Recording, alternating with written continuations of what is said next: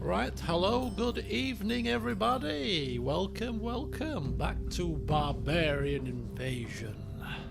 Oh, yes.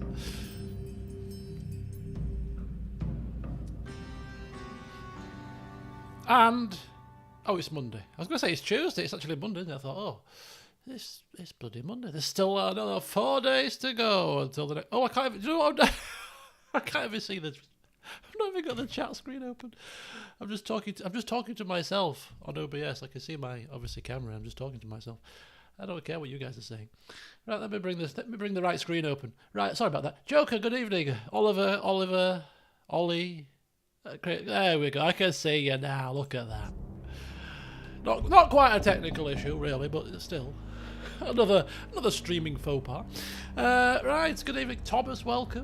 Welcome, one and all, back to the madhouse that is the British Isles, circa 3 something AD. 342? 342? 342? Let's test the theory. See if my memory's good. 342. It may not be a holiday for you, but it's yes, 4th of July Day, Independence and all that. I'll get to that, Cham. That's today's preamble. It's 372. Oh, only 30 years difference. Not bad, is it? Right, okay, so... Can we leave this playing in the background? It's going to put me off. I'm too busy enjoying it to talk. Right, we are set for good weather next couple of weeks down south. Are we? Are we set for good weather this weekend? I've got to check this out now. Let me check this out. What's the weekend looking like? 24 degrees. Sunny with a bit of cloud. Friday, 23 degrees. 10%. Oh, it's looking not bad. Oh, I might be able to... Oh, ooh. That's made me feel even more perky than I already have been after a good day today. This is very good. I usually go to my friend's house Friday, Saturday.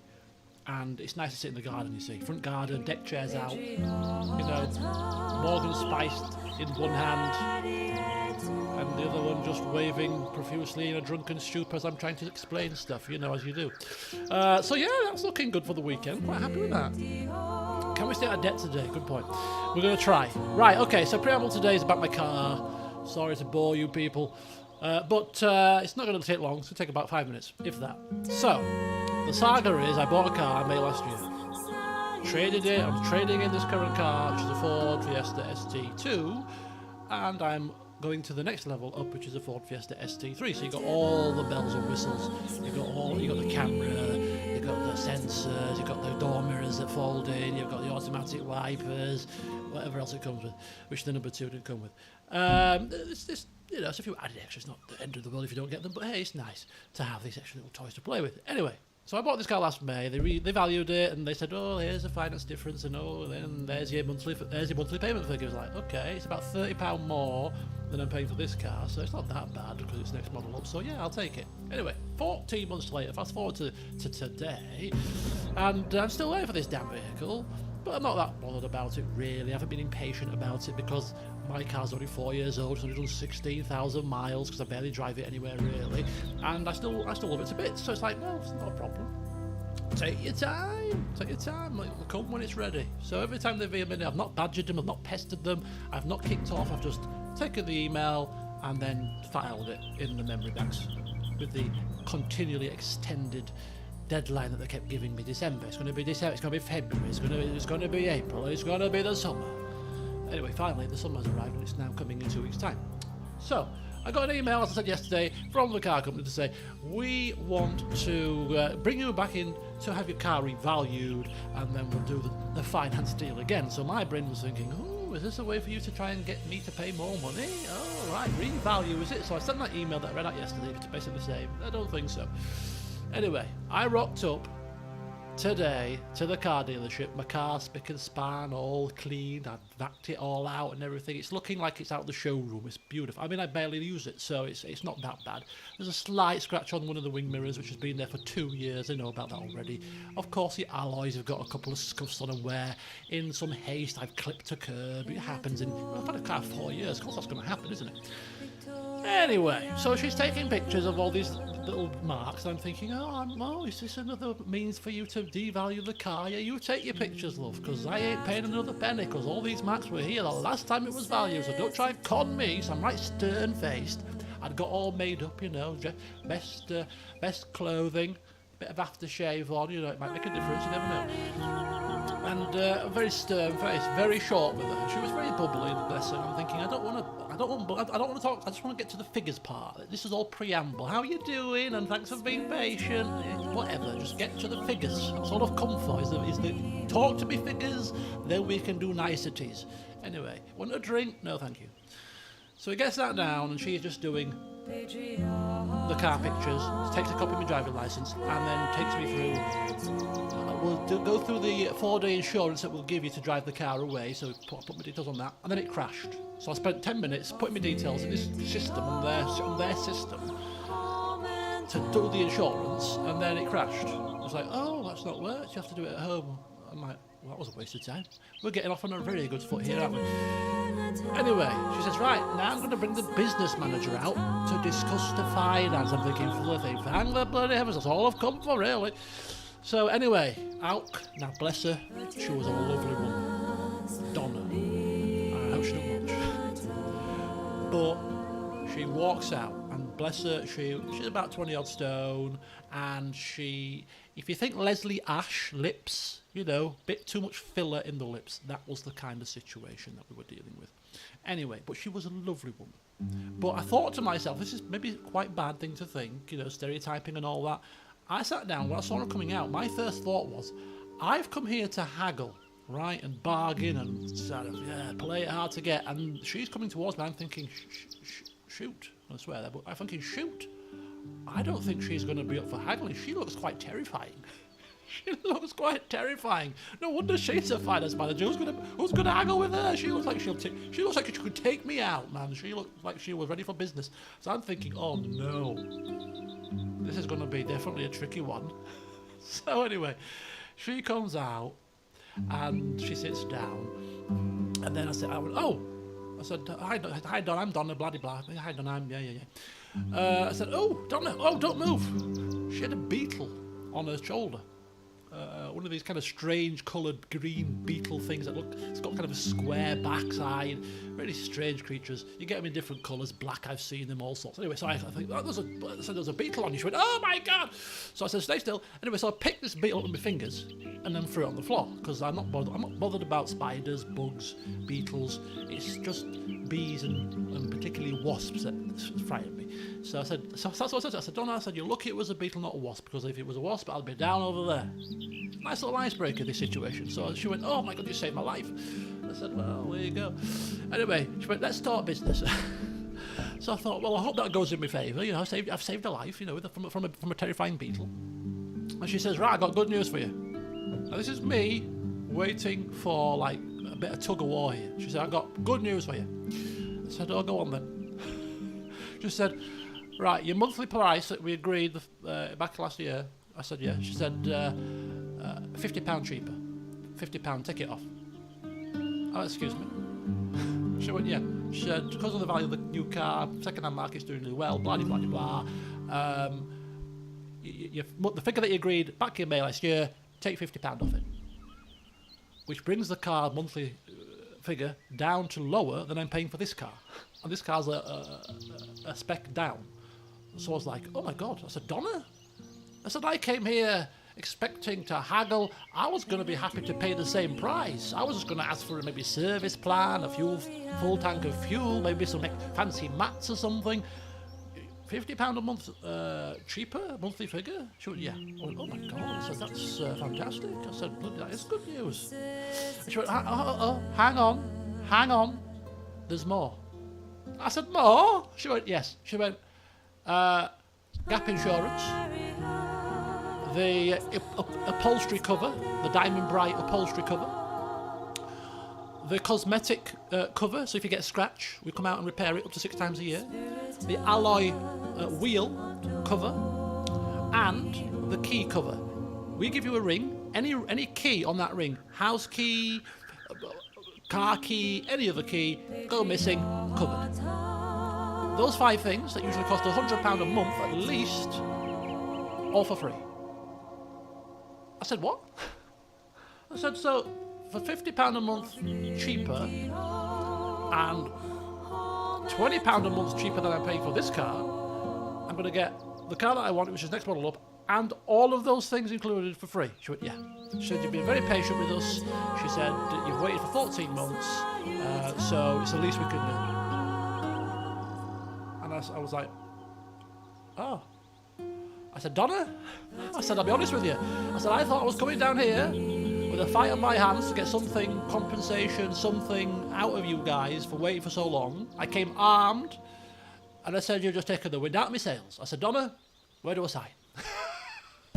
I couldn't believe it. I could not believe it. So there you go, folks. I didn't have to haggle today. It'd have been an insult to turn around to her and say, Donna, thank you for all that, but I want more. Because I won't even ask for any of that. I was like, I just wanted a service plan or something, you know what I mean? So, yeah, there you go. The moral of the story is, folks, sometimes being patient and non-snotty does actually work. Because I've been sat for 14 months and didn't make a whimper or a sound. So I'm really happy. Really happy. So there you go, folks. That's the update. The vehicle's coming in 2 weeks' time. And I've got a right good deal. I'm very happy indeed.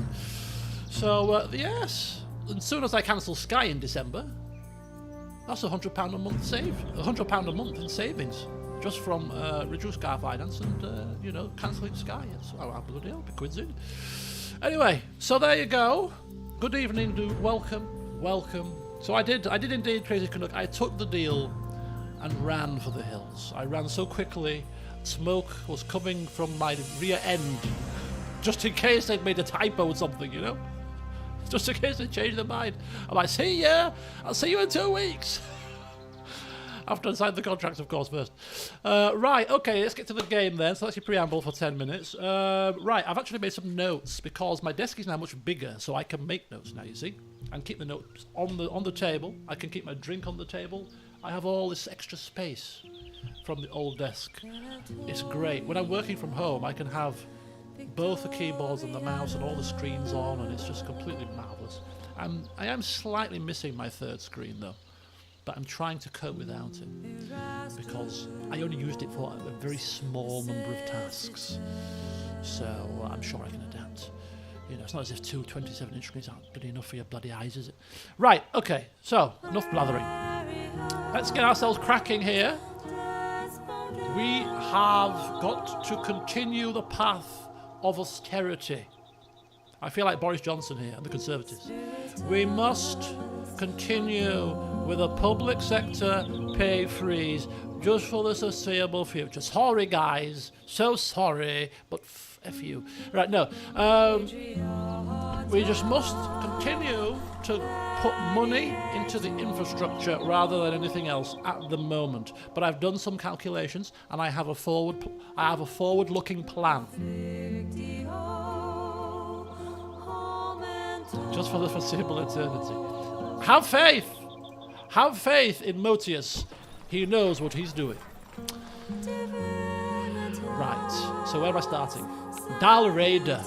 Now this is rather interesting because Dalriada is a border settlement. We're not going to put any money into this other than for infrastructure, economic buildings.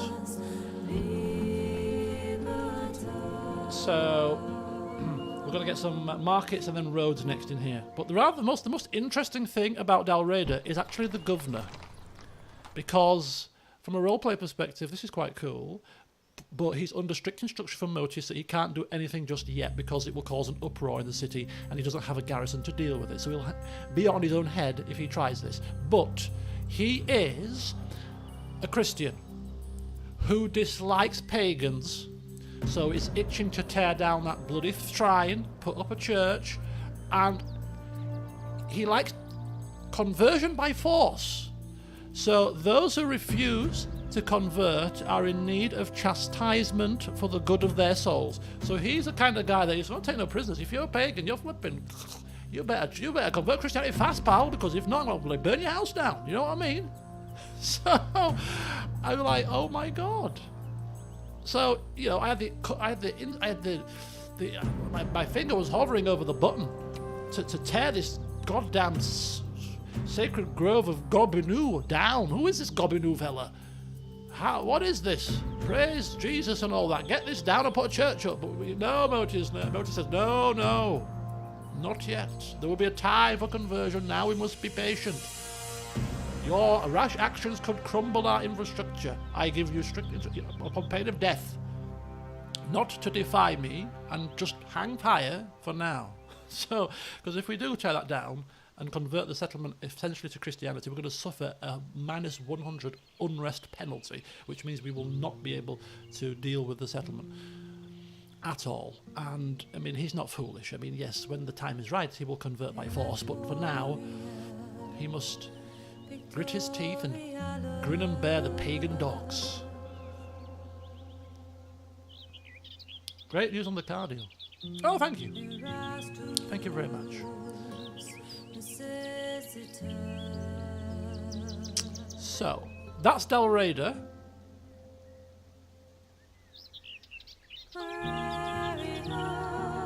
One second, please.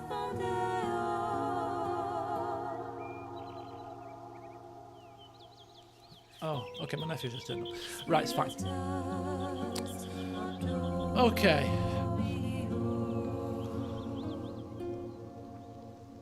I don't think there's a delay today, is there? No, I don't think so.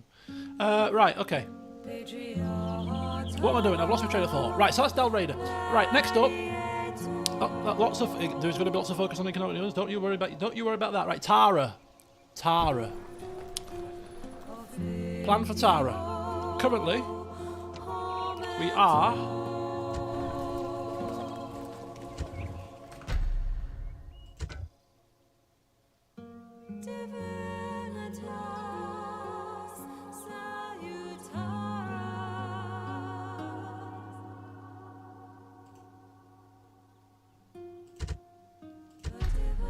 okay, standby beds. I quick saved it, right? I didn't end any turns, and it doesn't seem to be the latest save. I mean, it's not a massive issue, but I just want to test something. Sorry about this.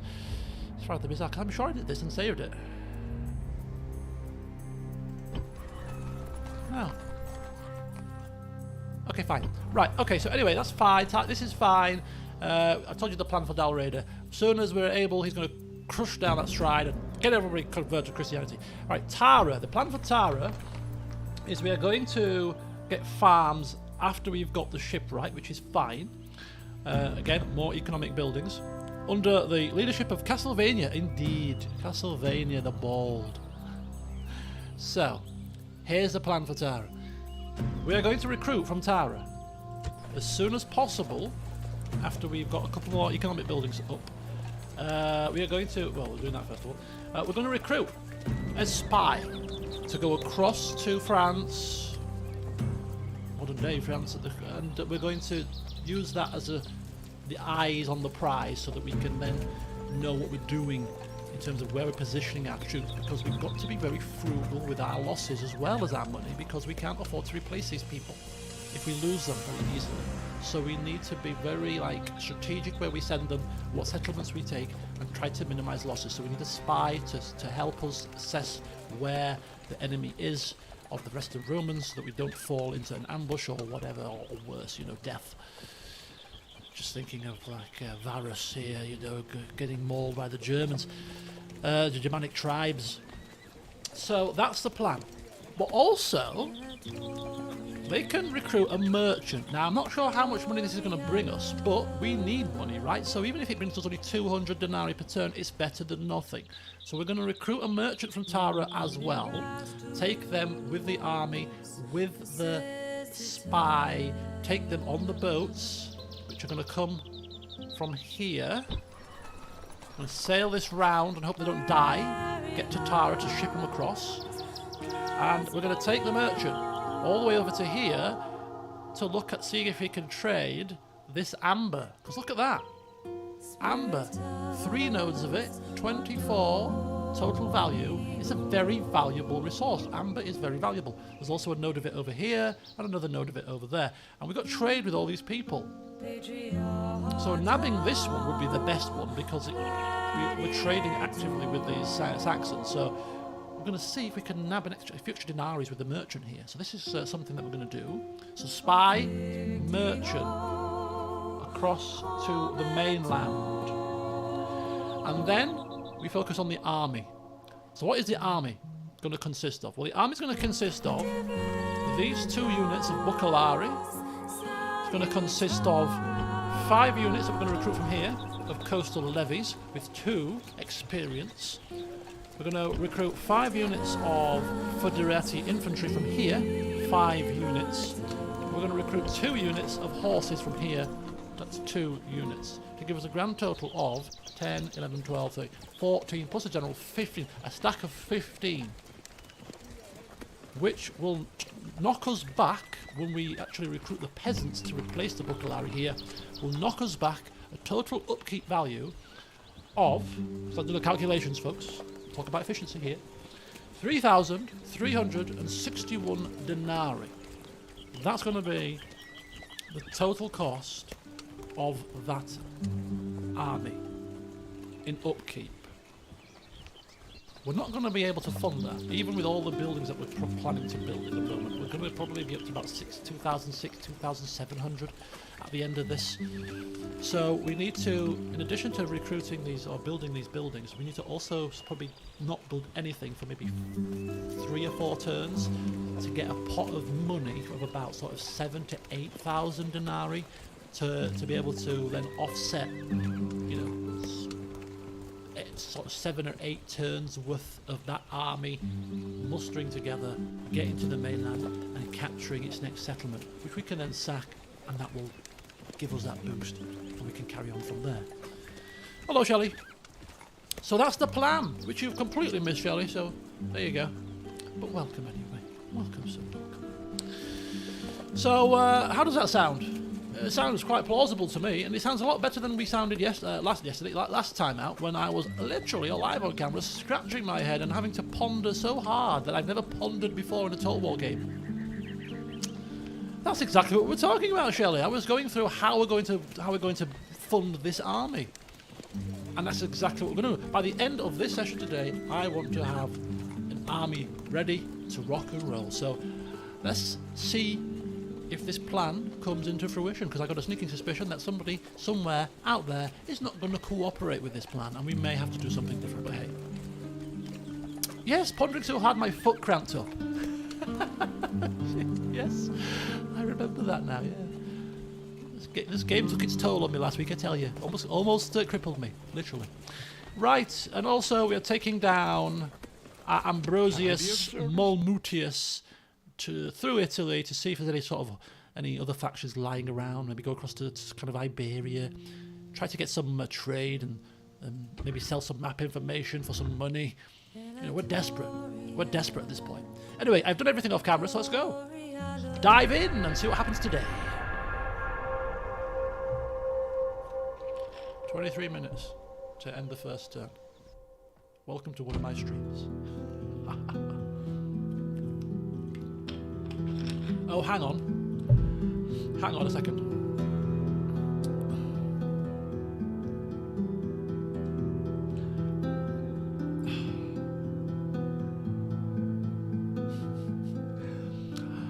I didn't expect my plans to go south on the first turn that I ended today. Literally. I did not expect my plans to go south so fast. We are not ready for these troops. We're going to have to disband them all, but it's not the troops that's the issue, it's the general that comes with them. It's quite extortionate. Aurelius, Ap, Pardar, and Beirut. Who are you? And why have you come? I mean, are they going to come from time infinitum or what? Should we just take... Imperator. I kind of just think that he's here now. It's not the greatest of armies and it's lacking infantry. But we use this guy as a sacrificial lamb to get on these boats right now and smash this city to the ground. Why is Surrey covered in ash? Where's Surrey? I'm not very good with some counties. This is the most annoying part. And that money is automatically subtracted. Why are most of them bald? What is this? Is this question time? Prime Minister's questions? Motius, why is there ash in Surrey? What's Surrey? Why are most of our leaders bald? I don't know.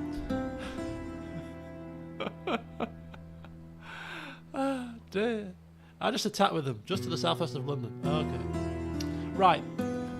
Next to Kent. Is it next to Kent? I know Kent's like the southernmost thingy, and then you got Essex and Middlesex. Is Middlesex still around nowadays? Or Middlesex is an old county that got disbanded. I forget. I know Norfolk and Suffolk. That's very easy. I know Hampshire because that's where Southampton is, where I go cruising. I know Cornwall, Devon and Cornwall. I know that because hey, CK2. I know Yorkshire, of course. Of course, I know Yorkshire very well. I know Somerset's down here too because of CK2. Anything else though? I think Hereford's over kind of this way near Walesy. Northumberland and Cumbria. You know what? I think I'm not doing too badly for the counties at the moment. Actually, I think a bit of CK2 has opened my eyes to counties of England. Right. Anyway, so we get distracted. Right. Okay. So change of plan all of a sudden. You know that plan I just spent 10 minutes talking about? Well, it's down to Swanee, kind of, because we can't recruit anything or build anything right now because suddenly we are... Oh, why has he got a red face? Oh, for God's sake, which means we're going to be suffering even more because we've got to take the tax down now as well.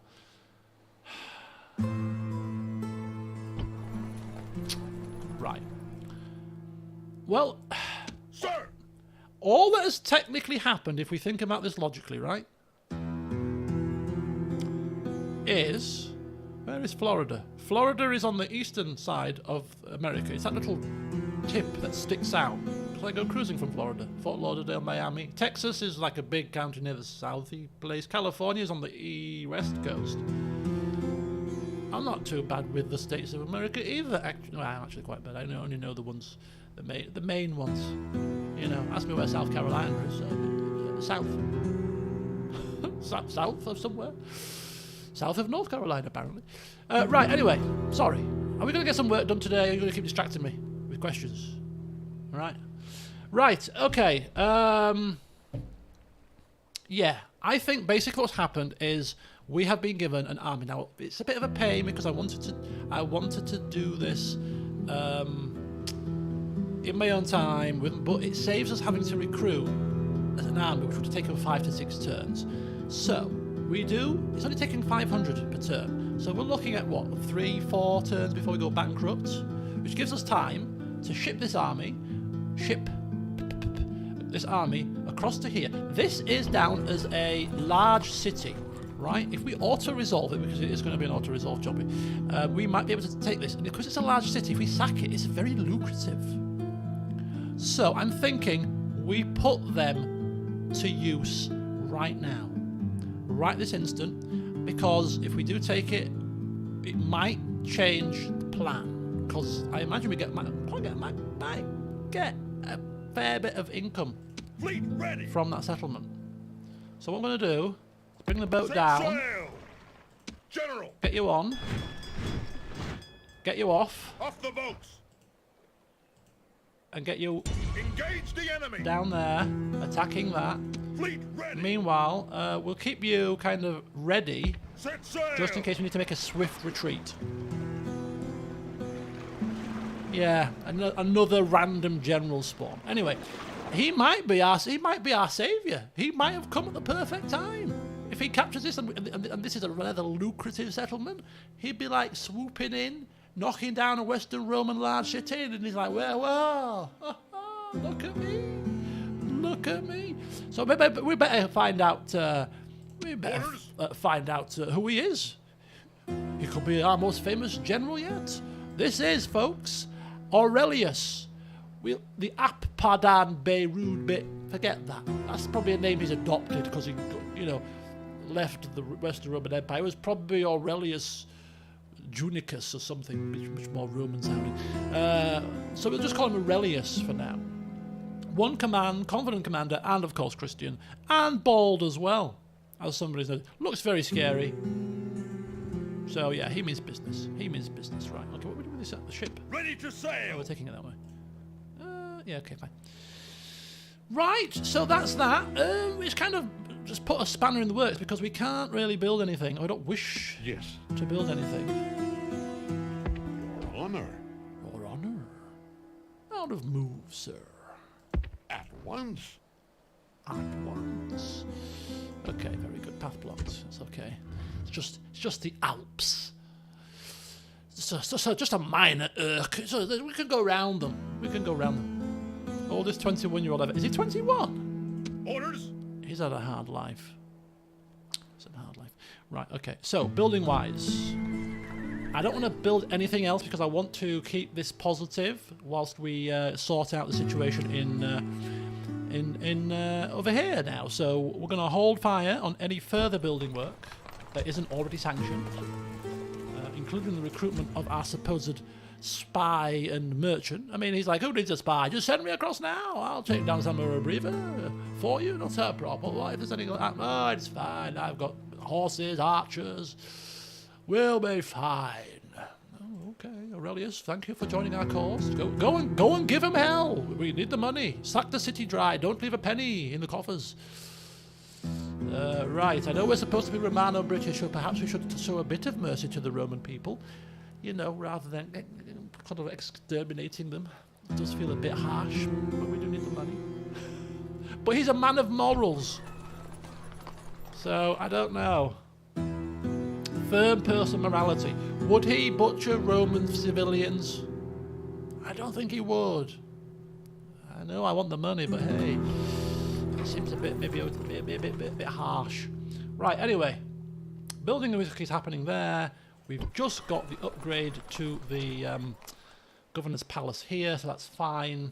So let's end the turn and see what happens next. Kind of strange in a Total War game when you end turns so quickly. I've never been one for ending turns like boom, boom, end, like really quickly. Some people do that. Like, oh, let's just fast forward a couple of turns. You know, CK2, let's put it on 5 speed. It's like, what were you doing? Bloody hell, fire, you're trying to kill me? I always think of this things to do. Right, anyway, I looked at this earlier, but I'll show you this anyway, just for your own interests. Diplomatic status. Obviously, we've got trade deals with all these people. So, the Franks, look at that. We're like that. In Total War, it means nothing. They could stab us in the back in a minute, but supposedly, strong relationship. That's good. The Alemanni. 80%. Pretty decent. Okay. No. Hang on. That's wrong. The Franks. Oh no, we are the Alemanni as well. The Saxons. 70%. Bit wavery. So if anybody was going to attack us, perhaps it might be them. And I know from other people they mentioned the Saxons as a possible threat. So perhaps they would be the ones most likely to stab us in the back, if any of the European factions. We'll have to see. We've got the Burgundy, who are quite far away, over kind of this side. 80%, pretty decent. And we've got finally the Lombardy also over this side, which sort of up there. Kind of the Baltics. Is that the Baltics? The Baltic area, isn't it? Kind of. 80%. So, yeah, we've got good relations with the people that we're trading with, which is cool, and just keep an eye on the Saxons. But other than that, you know, things aren't too shabby. So let's end the turn, take some of a breather, ride off into the sunset, and enjoy life.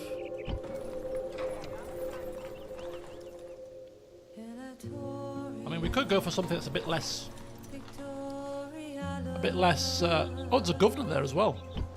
No governor. Oh, it's kind of cool. They tell you where there's a governor. And they're rioting as well. The Western Romans are in deep doo-doo. They're besieged. Oh, no, they're not. That's just the settlement resistance. Okay, well, we're going right here.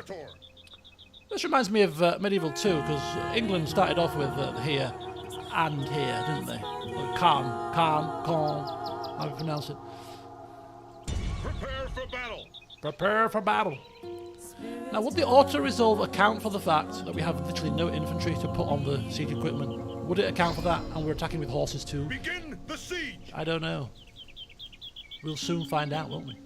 And this is a sacrifice, so even if the auto-resolve butchers this army entirely, as long as we take it, that's the main thing. This is a smash and grab type of affair. We're going to assess whether we're going to keep this place once we figure out how much of an income it nets us. Okay.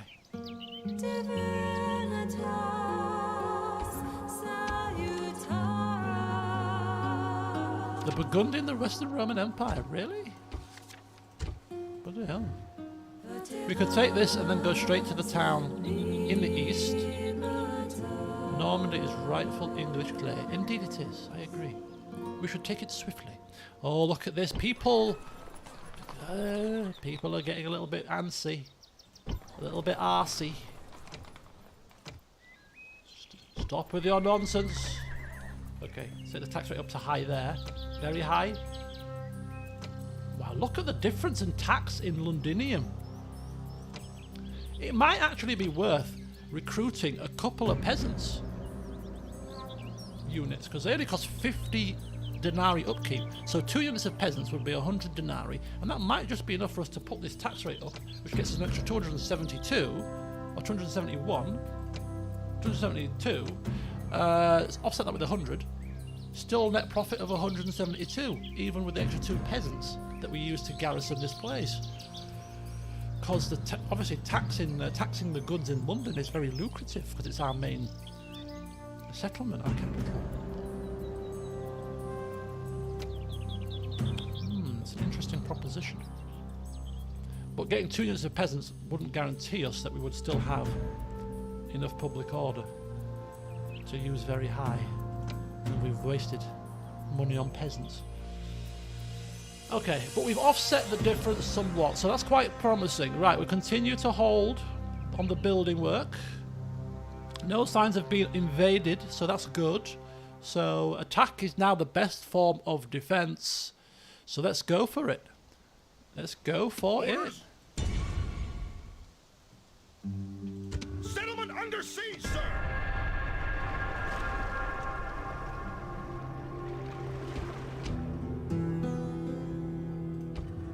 Rebellion or worse? Oh dear.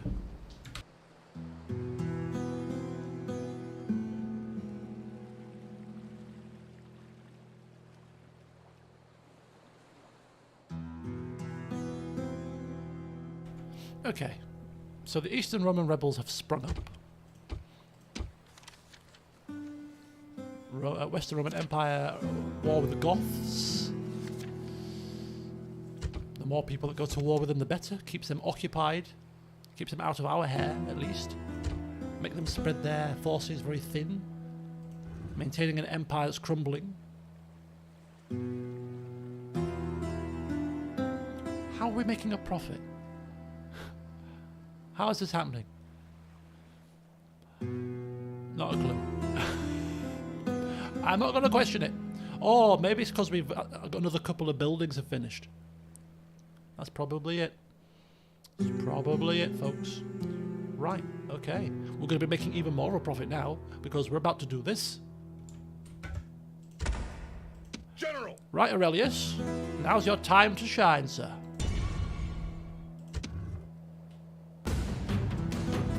This has got to be it. If I was to fight this battle on stone walls with this army, we'd probably lose. Because we've got no infantry. If I was forced to have to fight this, I'd starve them out. Would be the only option. And kill them in the field. But hey, auto-resolve has been very kind to us today, so we'll take it. Victory!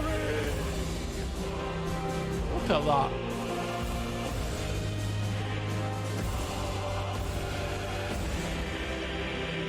I'm going to enjoy the music.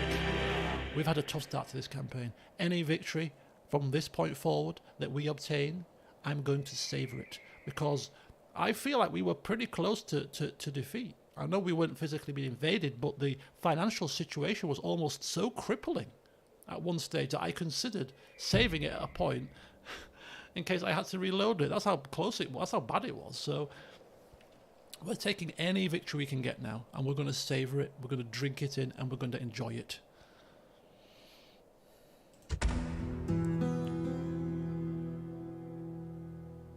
Victory and glory! Settlement captured! Wow. Oh. You see, it's an uncontrollable mob at the moment. I don't want to butcher them. Enslaving them would take out some of their number. It would spread them amongst other settlements, which means that other settlements can grow, which is better for the economy. They're slaves, and Roman slaves at that, so we treat them well.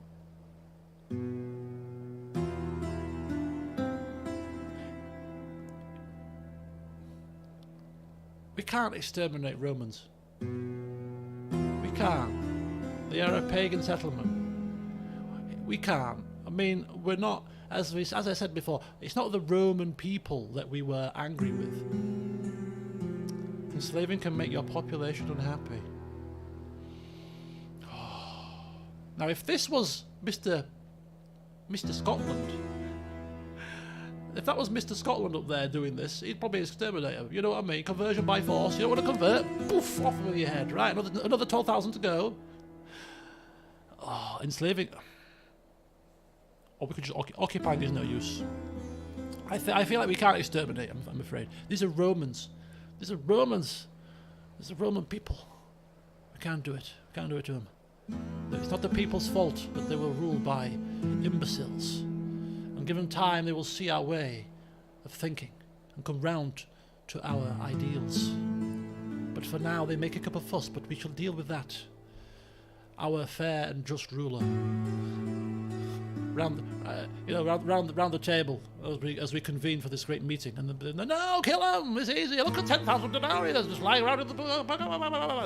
No, it's fine. It's fine. The choice is oh, shit. Oh!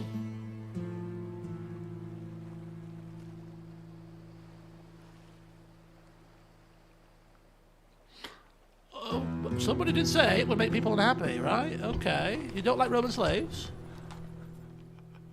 You don't like Roman slaves? No? What's happened here?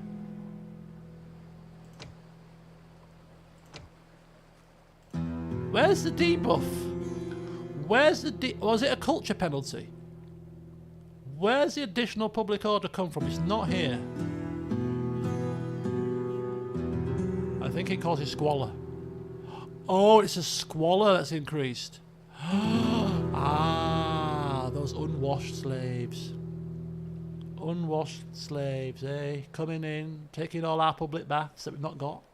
We're going to have to start building sanitation now. It's caused a lot of problems. God. Isn't it funny how when you are literally struggling to make ends meet in this game, how the actual mechanics and the fine details, you take notice of them much more. Like taking note of how much upkeep an army costs, and the finer minutiae of what buildings give you slightly more income, and the trade mechanic and how we can maximize that, and all these kind of things. Because we're trying to survive, we're going to try to extract every last drop out of every situation, and it kind of forces you to really dig down into what's going on. It's kind of cool. Never before have I ever enslaved people very often to have noticed that actually you enslave people, more people are going to come into the settlement, therefore you're going to have a squalor problem. It's like, oh my God, I've never contemplated this before in my entire life. And now he just hit me like a train. Bring forth the plague next, and then we're totally ruined. I shouldn't joke about it, it's probably going to happen. Right, okay, let's fix this. Somehow. We're going to fix this first of all with taxes. Less taxes. Look at that! The good thing is, capturing this settlement has netted us a hell of a lot of profit. Because we've actually now turning 2,500. That's 2,500 per turn that this has brought us. Because we were literally like net zero before we captured it. So this is absolutely a lucrative capture. Absolutely lucrative. Right, so let's reset the balance here. We should reset the balance. This is not looking good. This is not looking good, folks. There's bloody squalor in these lands. Okay. At least we got a comedy clip. God. Right. I hereby decree that every settlement across our fair land shall have sanitation. Because we need it. This sudden upsurge of slaves. All right, sanitation. So bring forth the sanitation buildings to help cleanse the unwashed. Oh God. Sanitation. Sanitation all round. Sanitation. Greetings and salutations. Sanitations. Right, okay. So sanitation buildings where we can. We'll get the public baths in Tara, the public baths in London, and then we have got sanitation. Going around, what are those things that people carry? You know, like trying to purge the smell or the foul beings. People walk around with like a thing that's got smoke coming out of it and wave it around. Oh, purge, be gone, foul smell. Unclean. Lots of the sales in incense from the Far East has suddenly risen. Right, okay. I fear for Dalraida. We can't afford a rebellion. Should we go for just one set of peasants, just in case? I think we should, just in case. Right. And as for this place,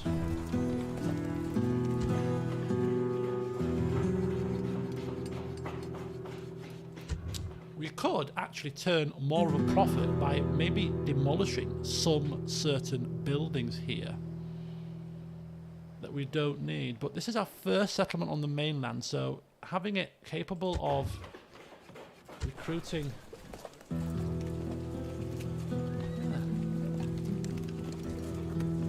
it can't recruit a great deal. What have we got here? Wow, it's a rather large settlement. I'd like to start from the bottom and work my way up, of course, with infrastructure.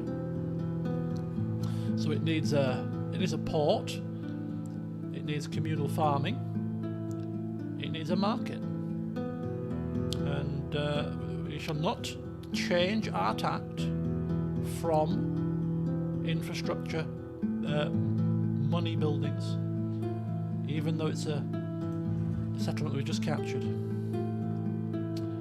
Okay, so the key to this, sensors, that sounds about right to me. That does sound about right. The key,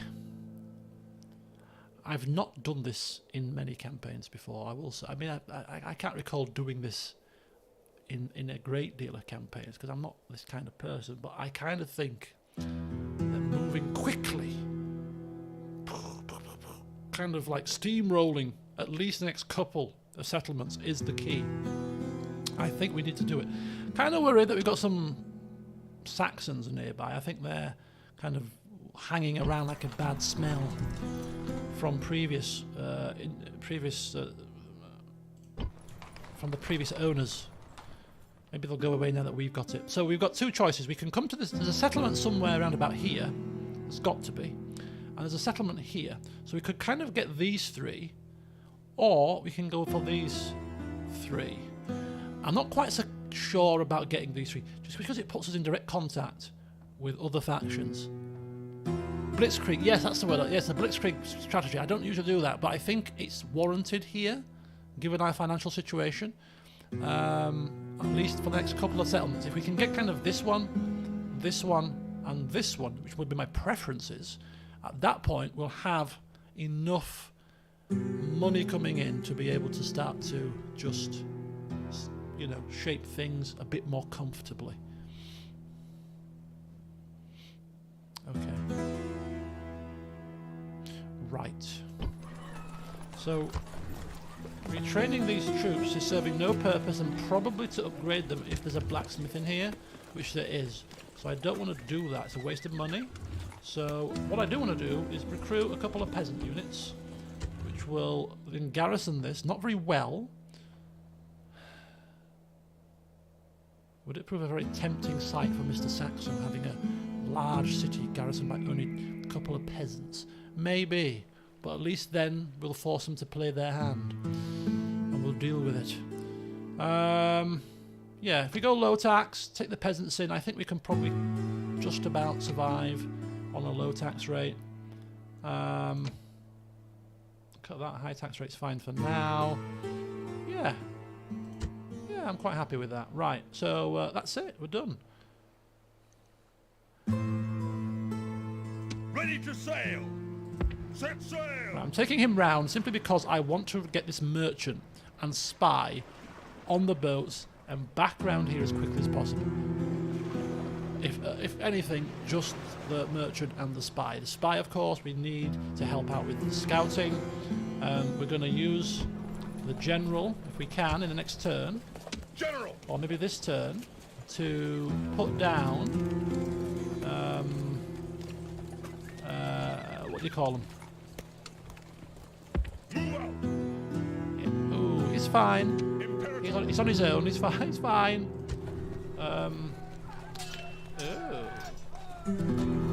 One of these things. Build tower. Build tower, you see. Watchtower. There we go. Nice little bit of watchtower action. Not seeing a great deal, to be fair. General! Getting back in there. March! Or maybe next turn we might even just pop him a bit further down south, put watchtower kind of down here. Maybe. Look how big Belgica is. Right down here. Right down here. It's about there. Jesus. Right.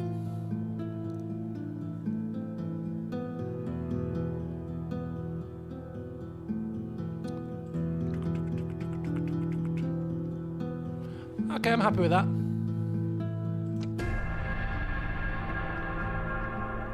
Begone, Saxons!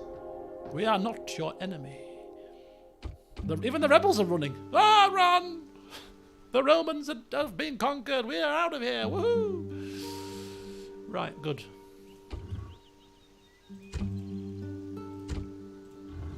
Right, we are literally hot-footing it. Like now. Imperator! General! Like now. Forward! Look at that. Even with just one set of peasants in there. Maybe one more, see if we can take the tax rate up to normal. I don't think we can with just two sets, but we'll try. Orders! Onward! Right, where is this next settlement? Because there is another one. Look, this is Lugdunensis, right? That's Lugdunensis. Oh, maybe that's the settlement then. Maybe it's not up here. Maybe it's just that one. General! Alright, let's go. General! Prepare for battle! Why are we going like this? A very long way around, isn't it? Can't we get...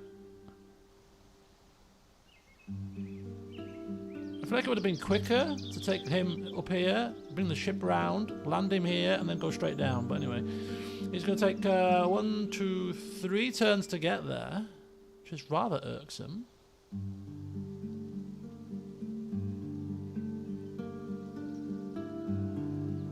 Have to cross the river. Oh, there's a river, yes, there's a river there. Is that a river? That's not... Well, it's woods, isn't it? Yeah. Okay, fine. 1,500 per turn. Righty-ho. Righty-ho. Let's just keep kind of, well, London first.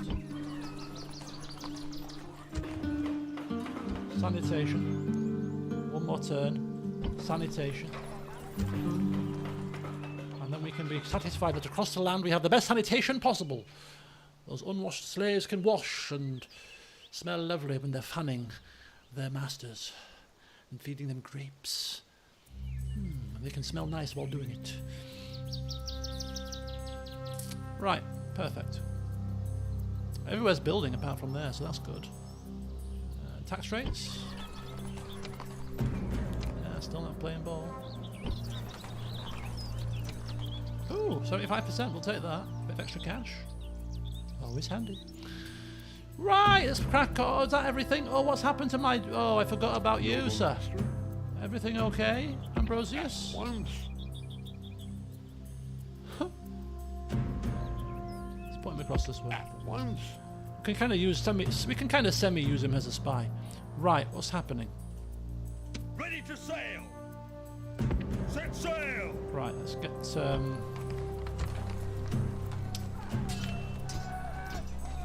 merchant and spy. Fleet ready. Set sail. Then we'll get them on the boats. We'll take the boats back down here, drop the merchant off kind of round about here. He can make his way towards the amber. The spy can come down and just have a bit of a propaganda around the entirety of this area. I don't think the Western Roman armies are around here. I think they're probably drawing their armies maybe closer to their homelands to deal with like the Huns and the Vandals and all that kind of stuff, rather than at these kind of fringe settlements. I'm hoping anyway. We'll see. We'll see. General. So he's off. Let's have a look. Let's just check. Oh, but we can't build anything else anyway because we're kind of out of money. But next turn we'll want to build a port here. Because ports mean trade. Ports mean extra trade routes. Ports mean money.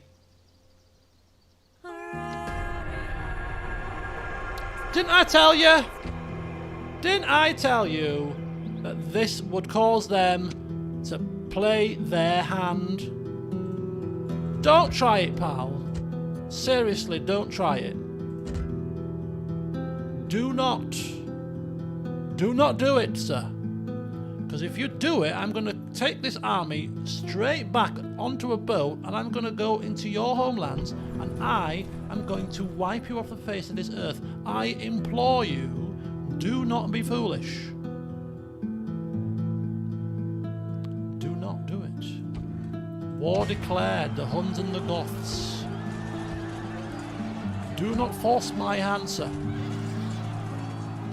Make things more fun. Yes, please do it. Please, yes, burn them all. Burn the bastards, burn them down. Right, what am I doing? Doing that. Right, that's it for sanitation buildings, isn't it? Yeah. So we will be back to other buildings here when we have the cash. Right, okay, so everything's looking fine at home. Check the squalor situation. Aha! Check the squalor situation. Good call. 10%. Squalor's decreased. Still can't put the tax up though. There, that's fine. Squalor here must have... So close. Yet so far. Squalor 20%. I think it might have been... Was it 30? Maybe. Londinium 75%. Still building. They've slightly increased it. Once the Huns come... Do the Huns come this far west? Do they? I don't think they do. Do they? We need 14 settlements. Another 9. Before the Huns come crashing through. Okay. What to do with this guy? Sir. General. We've got a road. We can go straight back up here. And quite quickly, actually, so... Engage the enemy. We'll continue on our journey. It'll take you one turn to build some siege equipment, and it will give us time to attack you. Don't be foolish. Don't do it. Imperator. We are not your enemy. We may look Roman, but we're not. We're British Roman. There's a difference.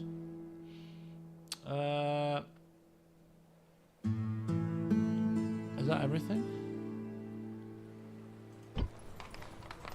Got our spy. Got our merchant. Are you any good, Mr. Merchant? He's got one finance. Natural born merchant, but he's a bit slightly crooked. And he likes hunting. God. Why couldn't you like amber? That'd be more useful to me. Fascinated with prehistoric, you know, like the amber, the flies trapped in the amber. He's got a fantasy. He's got a fascination with that kind of thing. Obviously not. Right. Okay. All right. Okay. Let's see if they attack. Oh, they listened. Very good. They didn't do it. Ask kindly, and you shall receive. They're barbers, not hairdressers.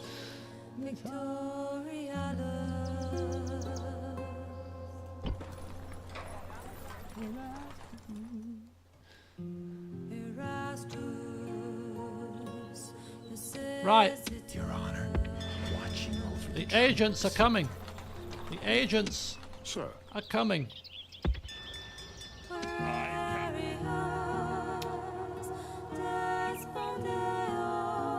They're going to have to come quite quickly because there's a pirate ship here, and if he attacks us, we're dead. Set sail. Oh, Utopia. What a name that is. I like that name. Utopia. If I ever had a daughter, Utopia. Can you imagine in school? What's your name? My name's Utopia. It's what? This is not Mercedes. No offence to any Mercedes people. Right.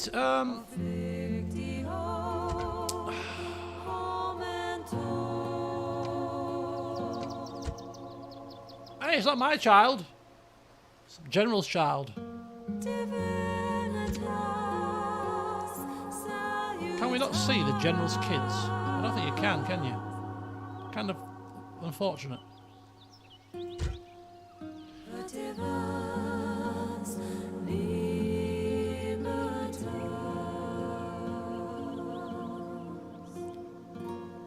Dun, dun, dun. How very cool. Right, and very nice and calming and soothing. Imperator. Engage the enemy. Oh, it's rioting. Fear not, we shall put you out of your misery, citizens of Avaricum.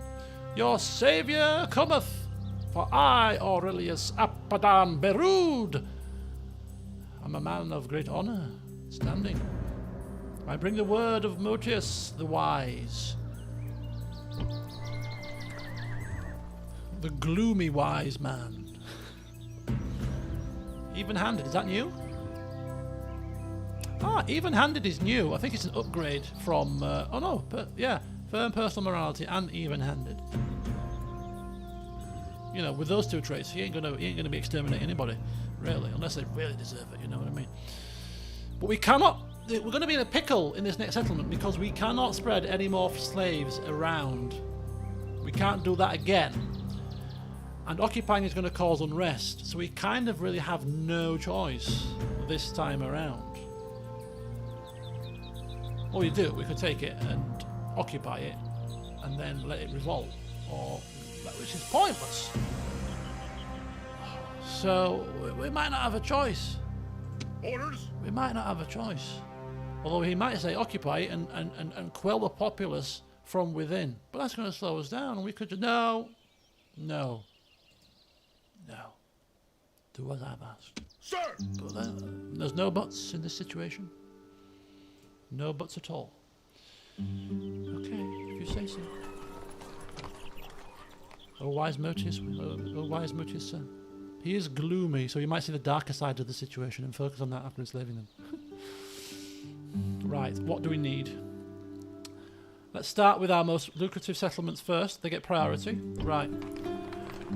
Britannia inferior. It kind of dawned on me when I was reading the when I was looking at this when I was setting up for this session today. Britannia inferior. The North-South divide already happening in 375 AD. This is still going on now. You know, however many years later, I'm trying to do the maths here, 1800 years later, or whatever it is. Ever since these days, it's always been inferior, isn't it? No, but on my books. Anyway, sorry, I digress. So, Eboracum, market. And that'll do. So you're coming down, you're building sanitation, you're going to get a building next turn, you're building something, we're going to avoid the pirates. These guys are just chilling. Have some games. You've got an amphitheatre. Should we tear down the amphitheatre? I don't want an amphitheatre in here. But then it's good for public order, isn't it? Okay, fine. Fine. I wanted the money. The only amphitheatre that is allowed in this empire of ours that we are growing is in Londinium. The Great Londinium Amphitheatre that in 2022 we go and visit routinely. Oh, look at this great Colosseum thing. You know, it was put up in the year 382 by one Motius Septimus. He was the one who commissioned the building of this great Colosseum of London. How the history books could have been different. Ah, dear. These people are far too happy. Destroy the theatre and outlaw all games. Buildings can cause more squalor. I don't think a market causes squalor. I don't think buildings cause squalor. I could be wrong. Maybe you're right. I don't know. I don't think so. Smiles are punishable by 40 lashings. Gloomy King Mo. It's not that. It's a bit gloomy. It's just also a little bit misunderstood. You know what I mean? He's got a very serious job on his hands. He's trying to run an empire here. You know what I mean? He can't be all joyful, we're so joyful. He's always on the game, always focused. Crunching numbers, figures. A lesser man would have folded under the pressure and we would have been no more. But he's managed to diligently keep this empire of his together. So I think we can allow him a bit of gloominess, you know what I mean? So, yeah. He's earned his gloominess. Is there anything else we want to do? Not really. Can't afford to do much else at the minute. Even though we're conquering more lands, I still feel like we're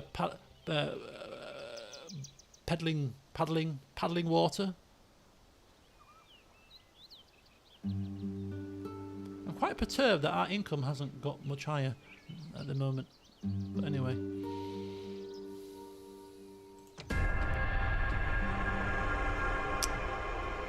Oh, is this going to be a ceasefire?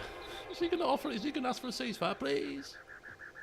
Your Western Roman friends, we are sorry that we ever kicked you out, Motius of Londinium. Please accept this ceasefire. Let us end the bloodshed. Oh, give us money. Give us cash. I mean, look at the straight comparison. We pale in significance to them. I mean, we could take it and then just break the ceasefire. It would cause our reputation to plummet horrendously. And we're obviously a very loyal and just man, so we won't do that. Maybe when we've taken maybe a couple more settlements, maybe, just maybe, we might consider drawing the line so that we could build up our little empire in peace. Take the money and run.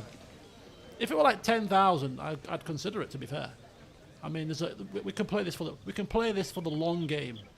It'll only be a matter of time before we're attacked by Franks or whatever else. We'll turn our attentions to them. You know, we've got what we wanted really out of this, and that was to recapture the whole entirety of Britannia. Of course, we can't end there for the purposes of the campaign, but whilst Motius is in charge and alive, he's kind of, he's almost got what he wanted. He's got the Western Roman Empire coming back to him, crawling on their on the all fours, basically. Ceasefire, please. We're being attacked from all sides. Look how many enemies they've got. One less to worry about, right? But anyway, we're not done yet. If we play hardball and be patient, it might be like my situation with the car. Drag it out a bit, and then they'll come with a better deal. Come again soon. After we've seen how serious they are. How serious are you?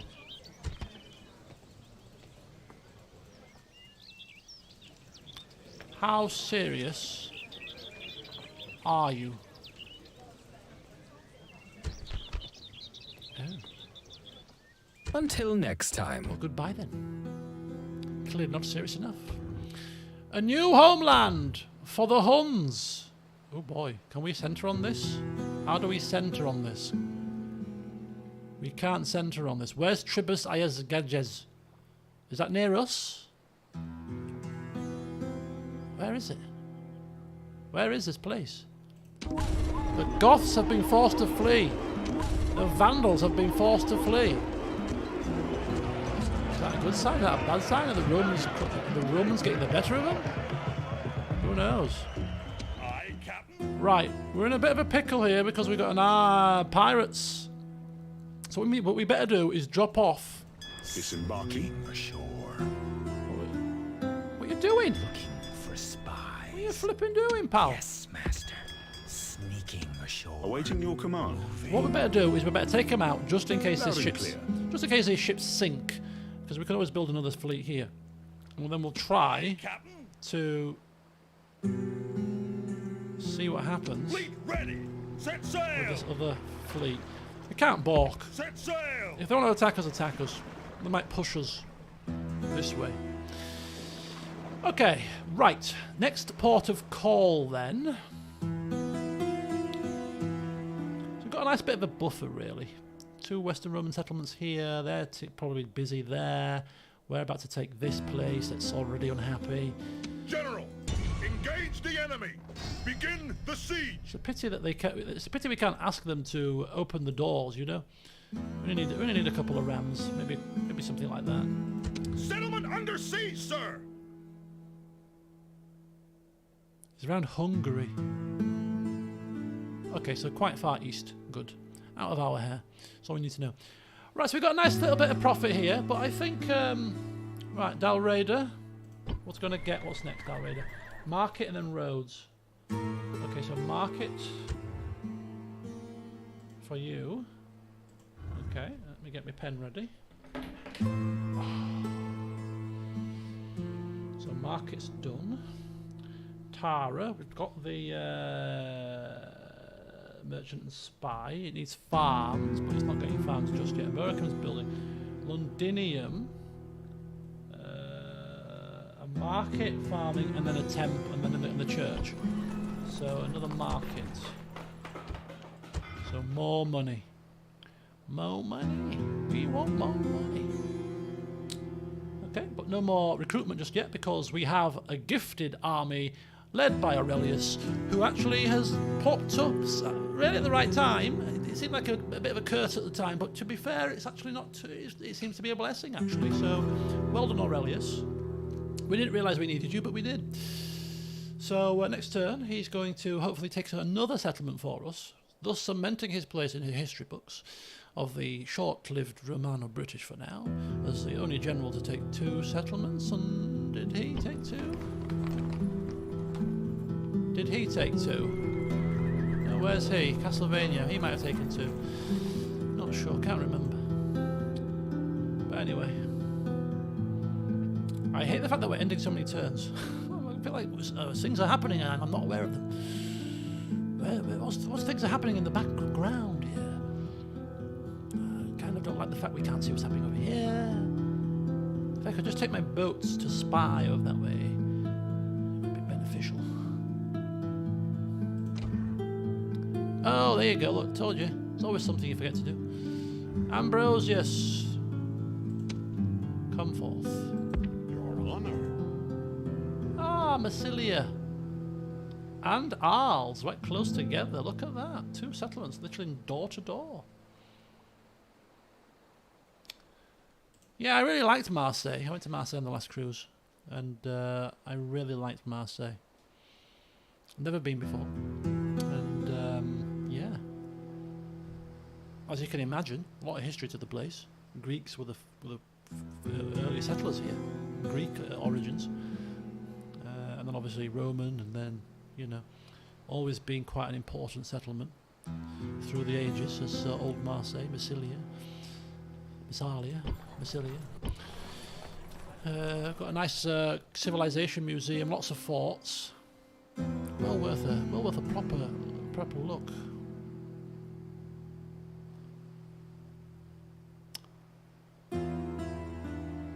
Oh yes, good King Mitchell. Yeah, I think he's got a. I think I passed his statue on the open top tour bus. I think I passed it.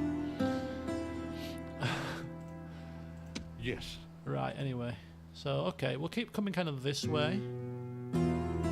It is. Yeah, it looks it to me. It really does. There's a couple of nice churches as well, kind of cathedrals. There's like, I can't remember. It's something to do with Notre Dame. Not the main Notre Dame in Paris, but it's some kind of Notre Dame thing up on a really big hill, really big cathedral. Looked really nice. Couldn't go up it because my mum's in a wheelchair, and it was a very steep hill, and there was loads and loads of steps. So she couldn't walk the steps, and there was no way I was pushing her up the bloody hill to get to this cathedral.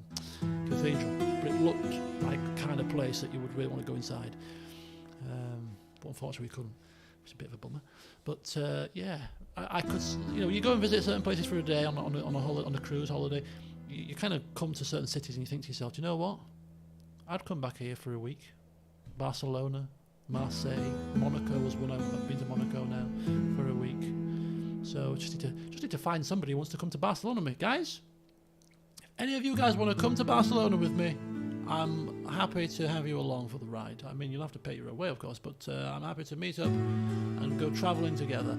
That's what I'm lacking at the moment, you know, lacking friends that are willing to travel, because 2 of my friends got married, so they've got married now and have kids and all that kind of jazz. And my friend that used to come travelling with me, we fell out because of, well, she fell out with me really. But then I just stood by my guns. And my other current friend at the moment that I see I spend a lot of time with, she doesn't really do travelling that much. So, and my mother, bless her, she can't travel in terms of what I want to do, in terms of like walking, exploring, getting into the heart of the city. So, I think I'm lacking travel companions. I really do, because I like travelling. I like visiting places, you know, why not go cheap flight to Marseille, get a hostel, stay there for 5 days, explore. Couple of drinks, bars, you know, on the night time, have good fun. Yeah, it's tough to come from the US.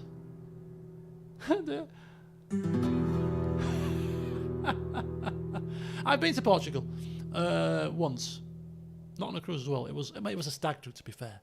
Albufeira, probably not the greatest spot to go in Portugal. It's like the Portugal equivalent of Magaluf. The Algarve. Yes, I've heard of the Algarve.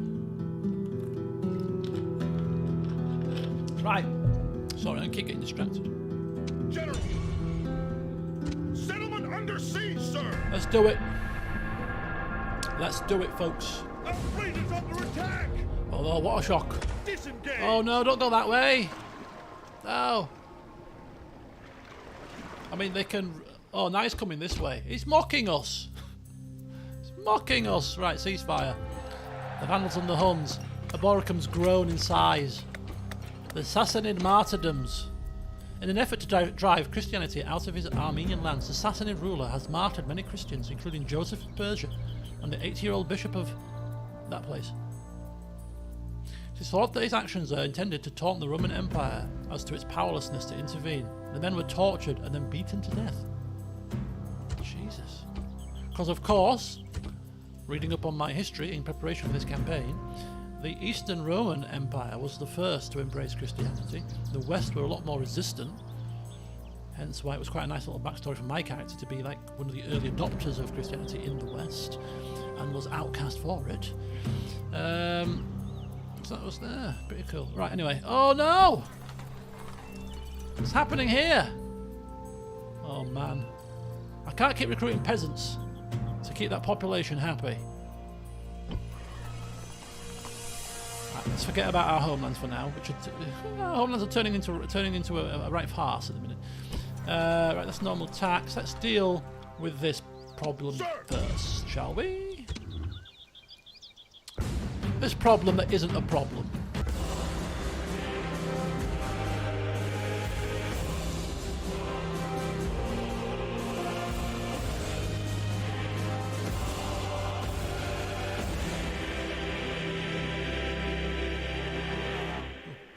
A bit longer on the old ending there. Victory! Settlement captured.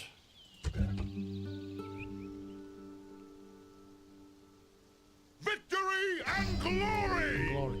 This land is Roman! This land is Romano-British.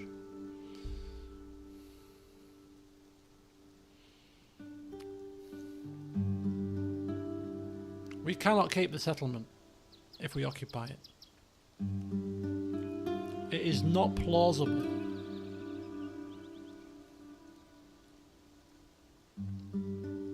Look at that, 4,000, wow.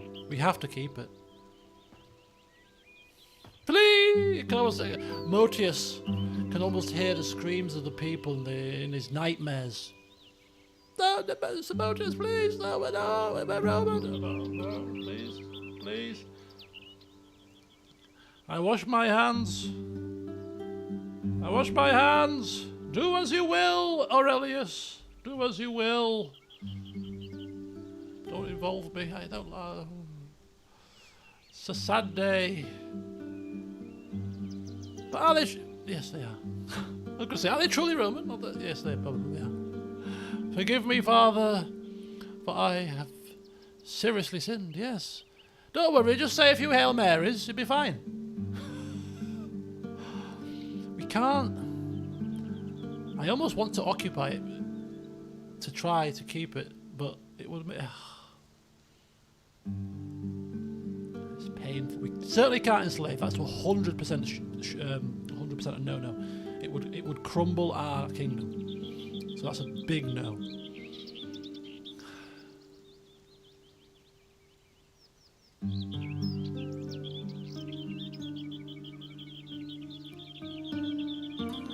There is no other choice. Well, there is a choice. We occupy it and we leave. We've taken a bit of denarii. We've eliminated the Western Romans.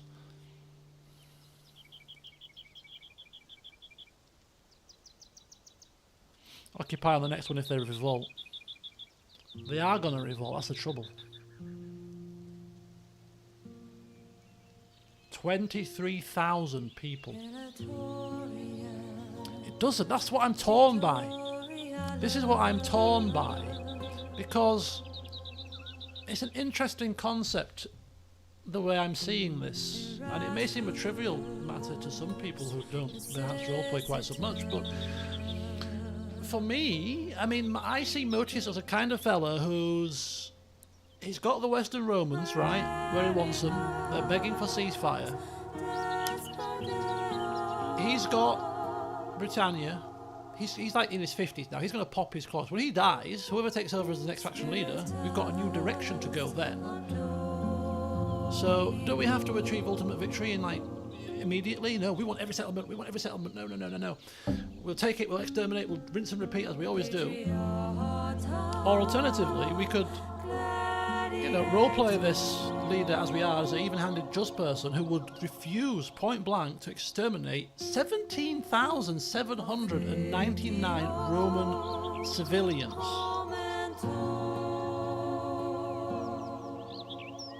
Which would be this is a settlement that we need for victory, by the way. Avaricum. It's one of the victory settlements.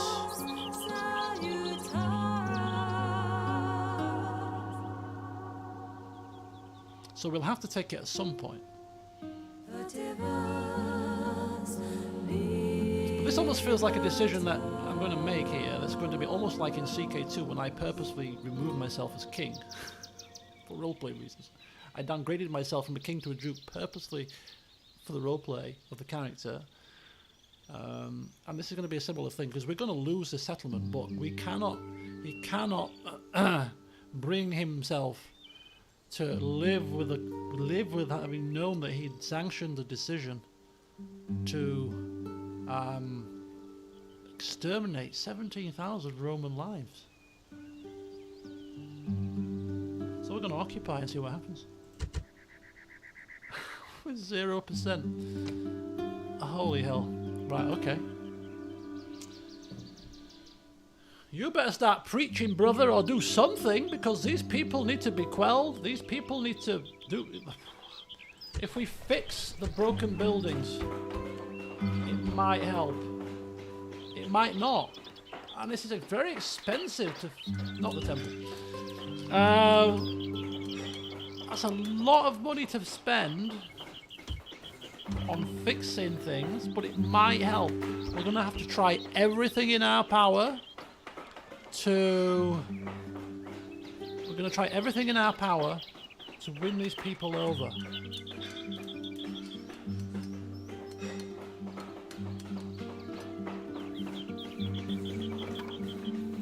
An arena?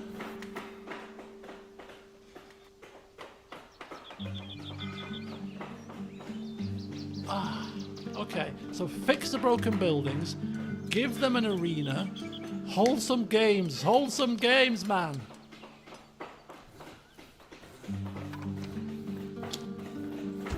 It's not gonna... Oh, we can't recruit peasants here. Why not?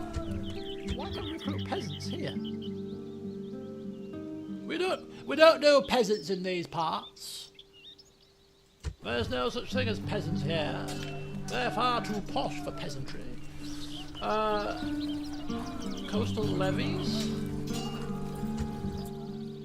Right, okay. This is going to be an interesting one. Recruit peasants to also boost it. That's what I tried to do. There's no concept of peasants here, apparently.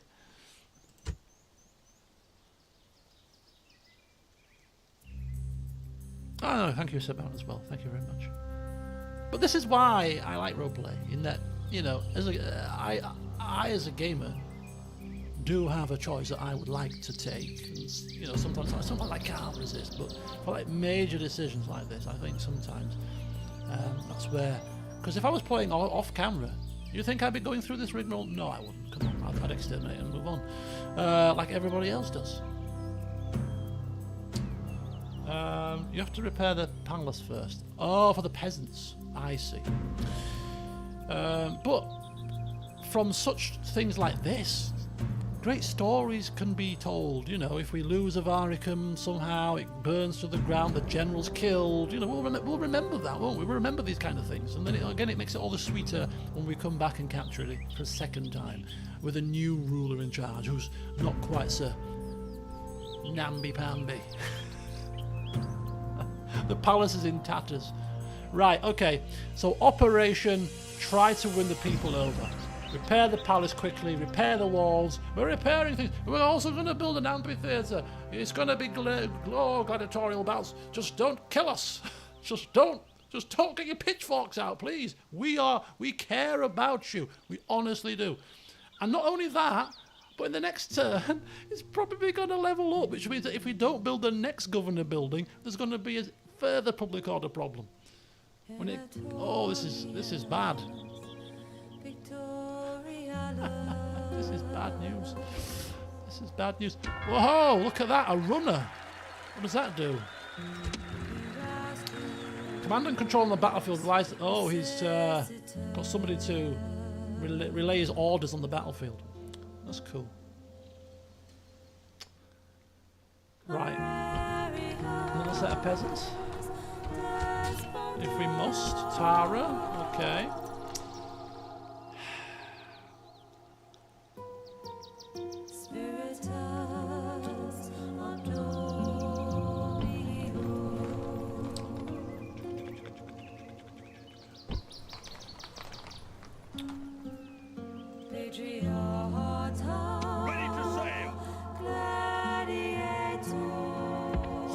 We'll try again. See if he comes back around. If he comes back around, I'm going to have to build another set of ships here to get my agents across. Awaiting your command. once. Building. Can't afford to build just yet. Building. Building. Boats coming. Can't build anything here either. Let's make sure that everything is repaired. It needs to be repaired. Let's just repair everything that we need to repair, because we're probably going to be keeping these settlements if we can. Right, so there's another Roman settlement somewhere down here-ish. If we can... I don't think we're going to be expanding any further at this moment in time, to be quite frank with you. Yes. At once. Right, let's find this other settlement. Your honor. Might be around about here. There's farms here. The roads are leading somewhere around about here. I'm thinking the settlement's around about there somewhere. So you've got 1, 2, 3 more settlements roughly in our vicinity that we wouldn't mind taking. Hmm. 206. Right then.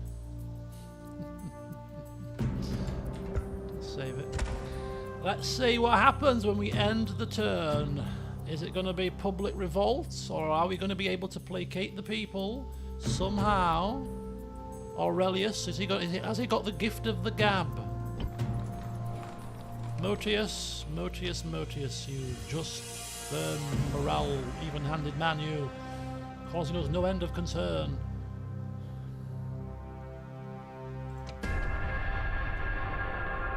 Our fleet is under attack!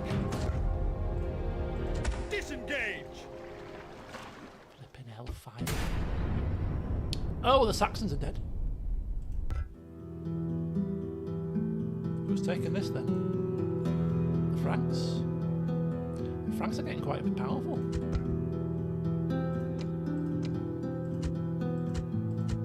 Not as powerful as us. Right, top 5. Do we make it to the top 5? 1, 2, 3, 4. Yes, we're 5th. We are the 5th most powerful faction in the world. Behind the Romans, of course, the Sassanids, and who are these people? The Huns, who are decreasing. We're doing well. Income is indeed looking healthy. 4,000 per turn. Rioting is going on. It's fine. Kind of fine. Just a bit of rioting. Nothing major. Nothing we haven't seen before. Right, we're going to have to build the ships. We're going to have to build some ships here. Get ourselves over to this amber. I want to see how much it's going to bring us.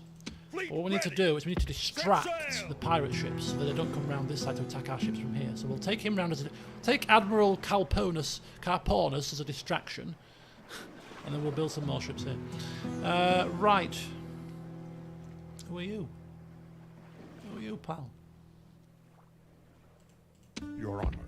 At once. Okay, there it is. Birdie Gala. Also rather lightly defended. Kind of feel like we should take our... we can't probably afford to do that just yet, but I was thinking maybe taking out the general and hiring maybe just a handful of mercenaries. Quite expensive, but...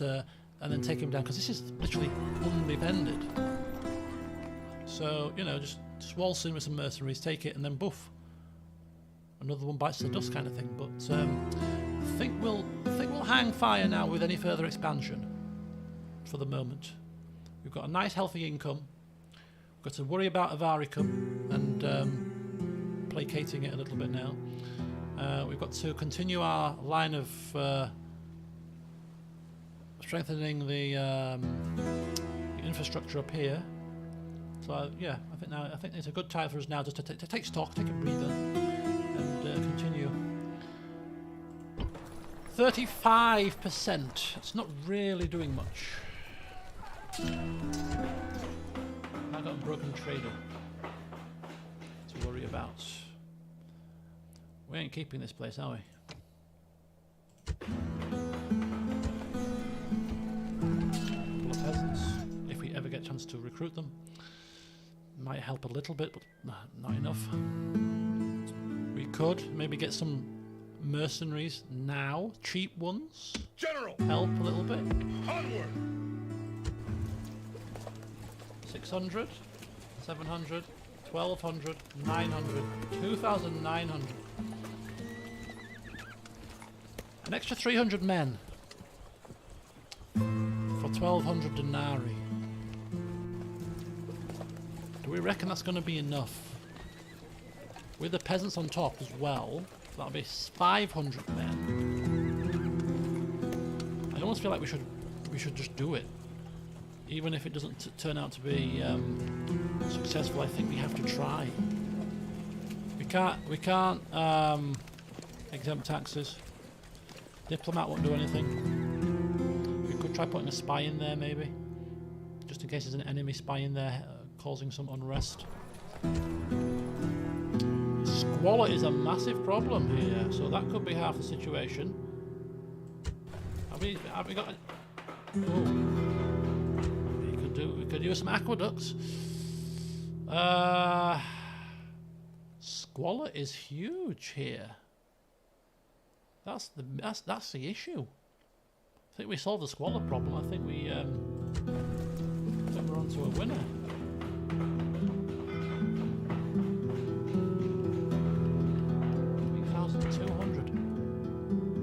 Wow. Basically, the town is crowded. It's crowded. Yeah, I think now that I'm back in the swing of Total War, I mean, this campaign's not going to last forever, is it? It's probably going to last another month, 2 months tops. I think I'll just literally swing straight into Three Kingdoms while I'm in the groove. Right, let's just take things one step at a time, one settlement at a time. Dalreda is building his market. That's all it needs to do. Tara. I was going to say farming, wasn't I? Farming for Tara. Quite expensive. Does yield profits. 2,400. Abericum. Market there. Did I do the market? Yep. So that's fine, but we need to upgrade the city, otherwise we're going to end up with squalor there as well, so that's going to have to get its upgrade. That's a priority, even more so than those farms. So the farms hold off, get the palace there, cross that out for now. London is building a market as well, so it's going to further boost our income, and we're going to recruit a set of ships to transport our merchant across and our spy across as well to the Amber. The spy will probably debating. We've taken the diplomat down here and there's nothing down here, so I'm thinking possibly it's best to take the spy kind of here, see what's happening in this little melting pot area around about there-ish. Take the spy down that way. So build that, that's fine. All building work apart from in Tara where we can't afford it. 1,800, which will save. Samara-Breva. Start building this up. A port I said I wanted there, 800 only. And could net us a nice healthy bit of extra profit. Farming next and markets. Get this infrastructure completely and utterly on the go. Okay, and then finally down here we do have enough for one set, not two. Kind of want two.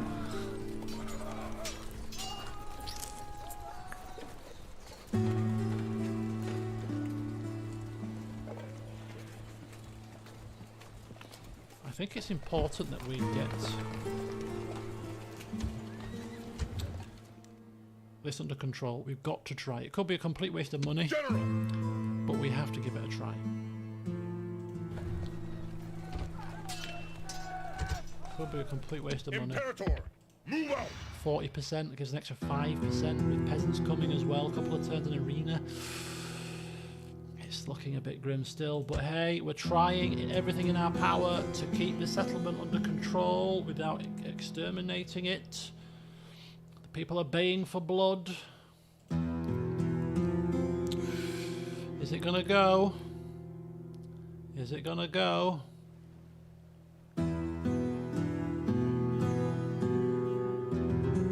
I think it's gonna go.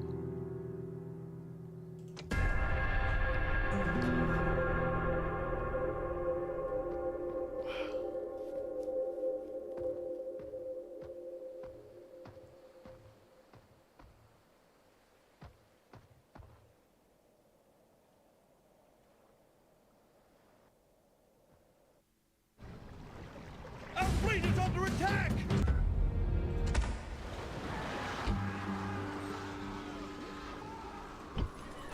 55%. With that and another set of peasants, we might, repeat, we might retrain all the troops that we can possibly retrain, just in case it's numbers that we're, because this could be numbers that we're replenishing, and if we're replenishing numbers of the already of these troops, that's extra public order.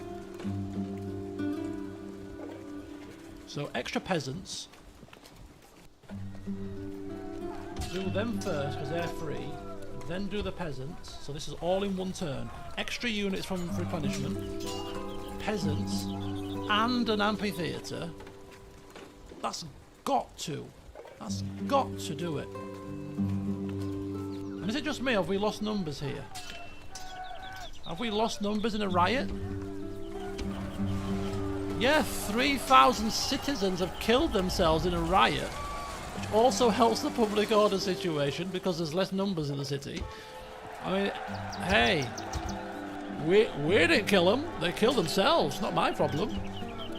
We were trying to be noble. If they want to kill themselves in the street, then so be it.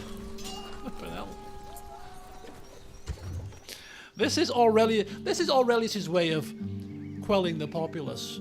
Don't worry, Motius. I won't exterminate them. Not a problem. Guards. Kill him in the street and call it rioting. 161 soldiers. Oh, that's why I can replenish, because the soldiers died as well. So I'm actually replenishing lost soldiers rather than anything additional. But hey. Hey! Right, now I can recruit. Now I can build my farms.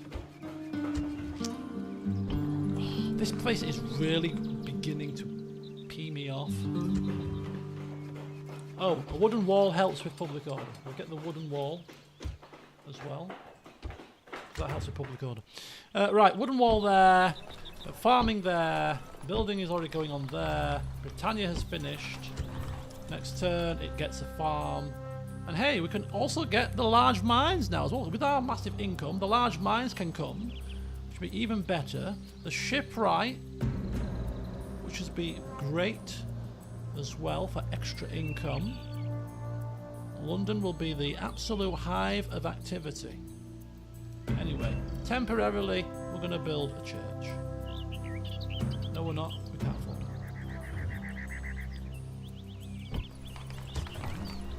I didn't want a church anyway. I wanted some ships.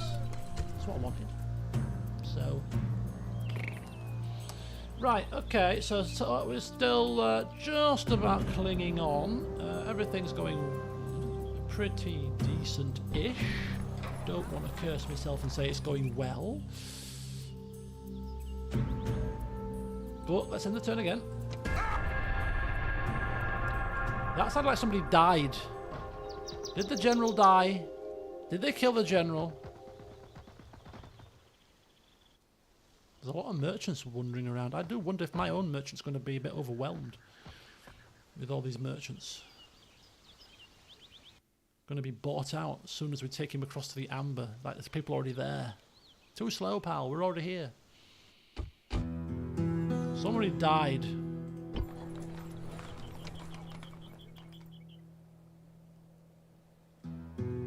They killed Aurelius! Oh my god, they killed Aurelius! Holy cow! No! Rioting! They've killed Aurelius. He died in a riot! Oh no! No! Oh, Aurelius, why? Oh. Hey, we're up to 5,000 income per turn. He's off the books. Oh no, poor Aurelius. Oh. Well, the income's looking pretty fab. It's not calling the populace. I give you a flipping. Repair these buildings. We have to repair. We have to repair the temple. Much to our horror, we have to repair the temple. We have to. And get a port for money as well. I mean, it makes just in case. Hey, look, we're building a port for you. We bought you an amphitheatre. We're building you a port. You've killed our general. You've not caused enough chaos now. Can we calm the flip down? It is so rare for a general to perish in a riot. Aqueducts. You reckon we should build aqueducts? I mean, that is the issue, isn't it? They're very expensive. We've got the cash though, and it could help us. 5 turns though. We ain't waiting 5 turns for that. 5 turns, this place will be up in flames in 5 turns if we wait that long. So we'll just go with a port, see if we can ride it out. But that puts pay to our little expansion plan, doesn't it? Because when we do eventually get this place under control, to be fair, we're not going to be able to remove this army. And this army is doomed to stay here unless we replace it with a crap ton of peasants. Which we could do, and then take the rest of it out, bring a general down, and we conquer Burdigala. Or we conquer it generalless, to be fair.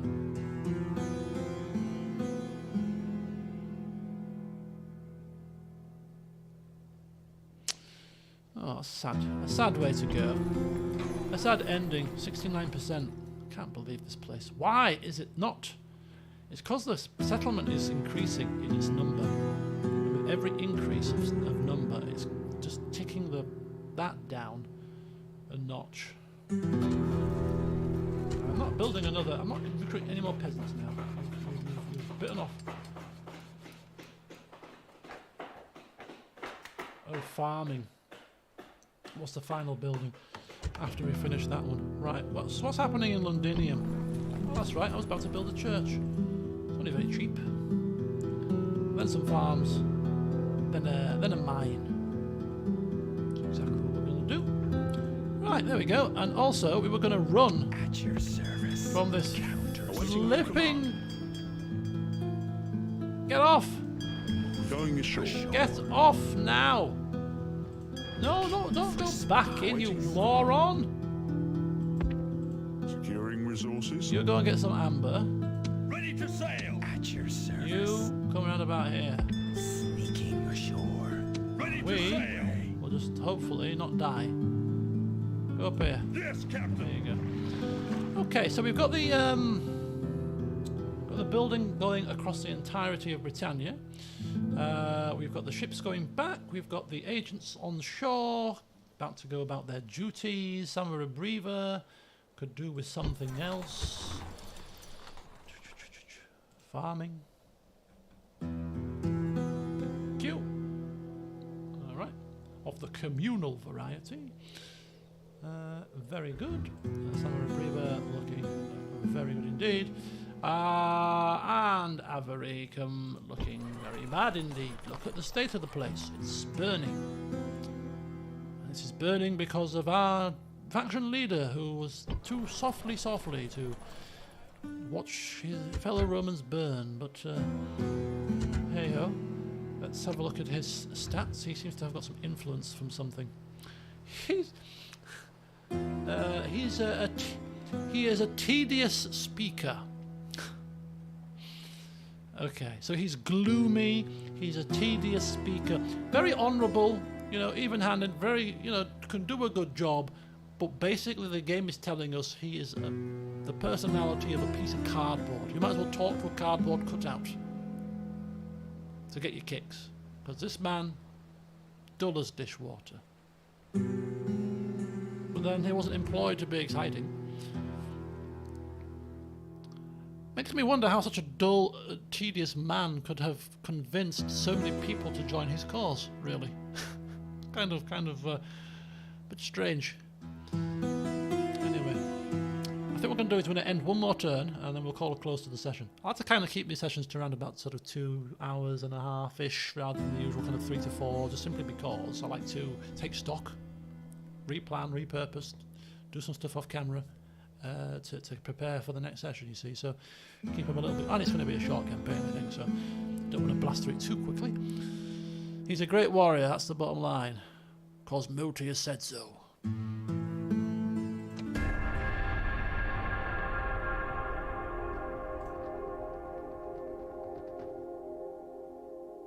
Telling you, we need to keep Avaricum, as even if it's just for Aurelius' memory. Come on, we need to keep it, man. Oh, it's got a green face. I've just noticed it's got a green face. Oh, he was one turn away from safety. Bless him.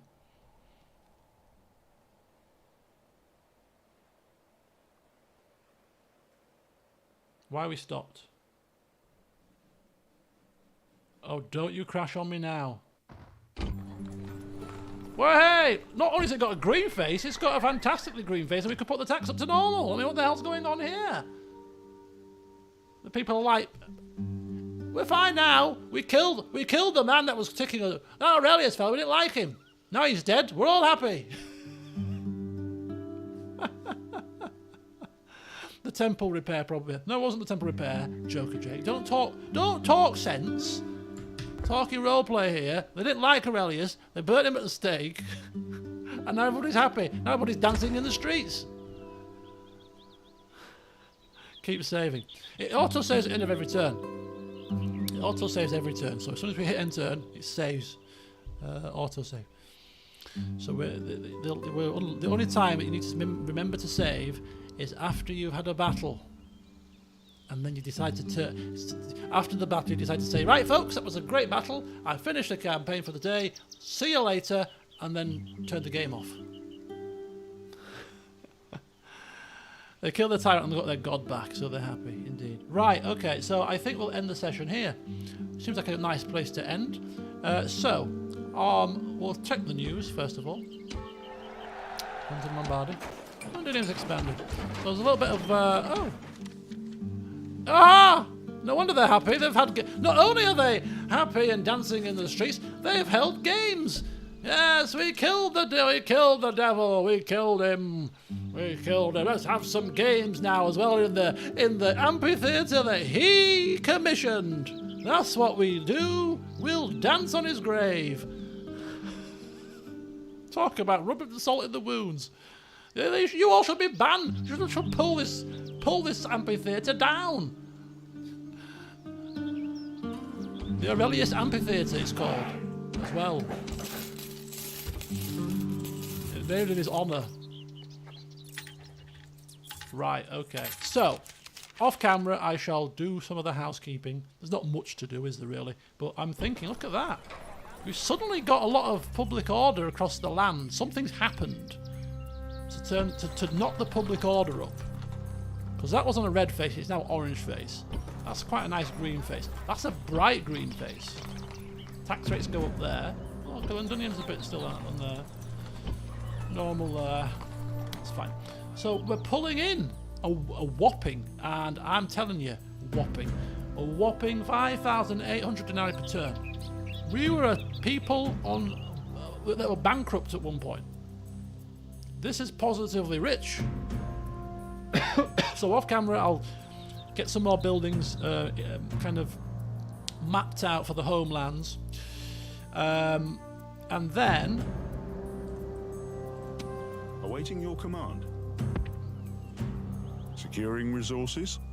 Okay, keep going. Your honor. And... keep going. Moving. Oh, look at that. I can see. couple of Augusta Trevorum, Colonia Agrippina. These are all named after Roman generals, aren't they? Roman, Agrippa and Augusta. Okay, everything's cool there.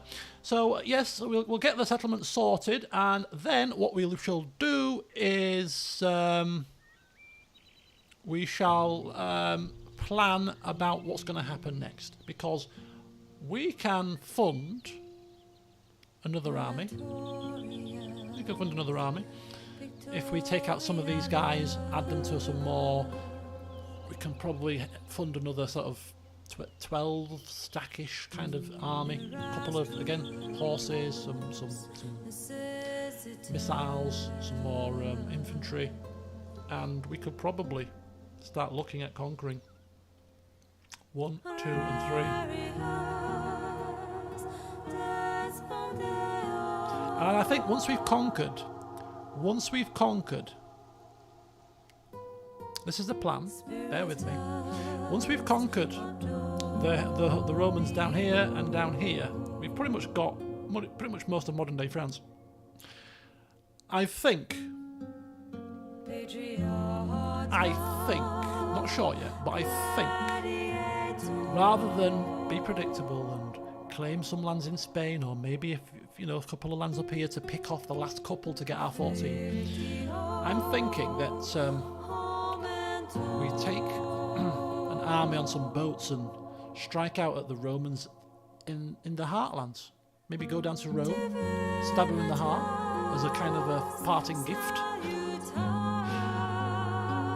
Because, we're the Romano-British.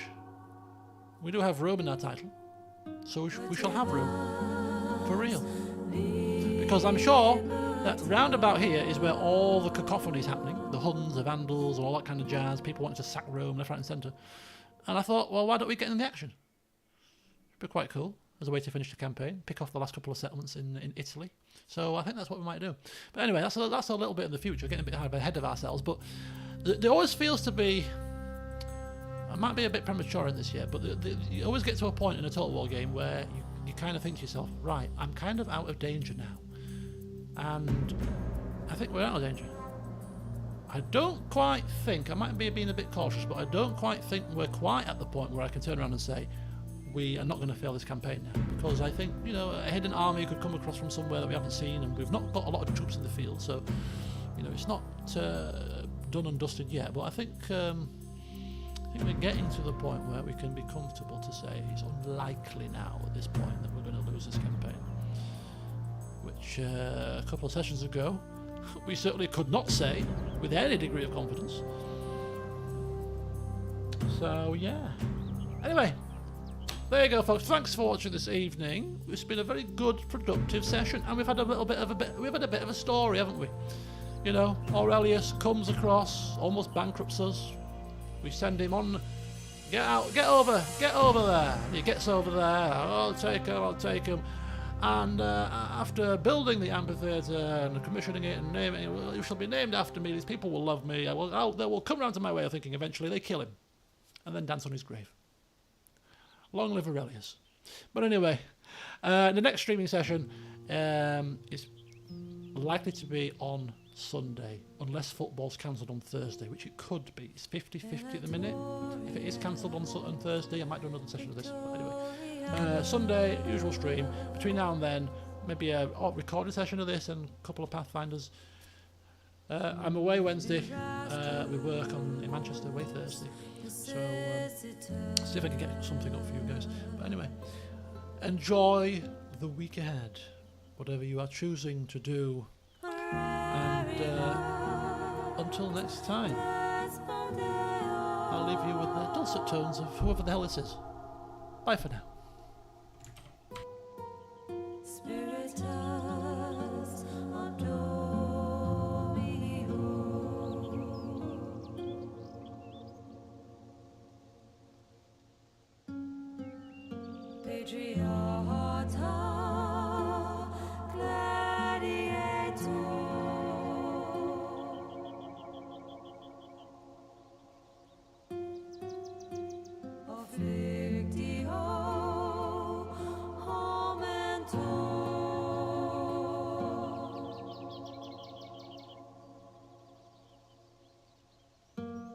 live in a tower.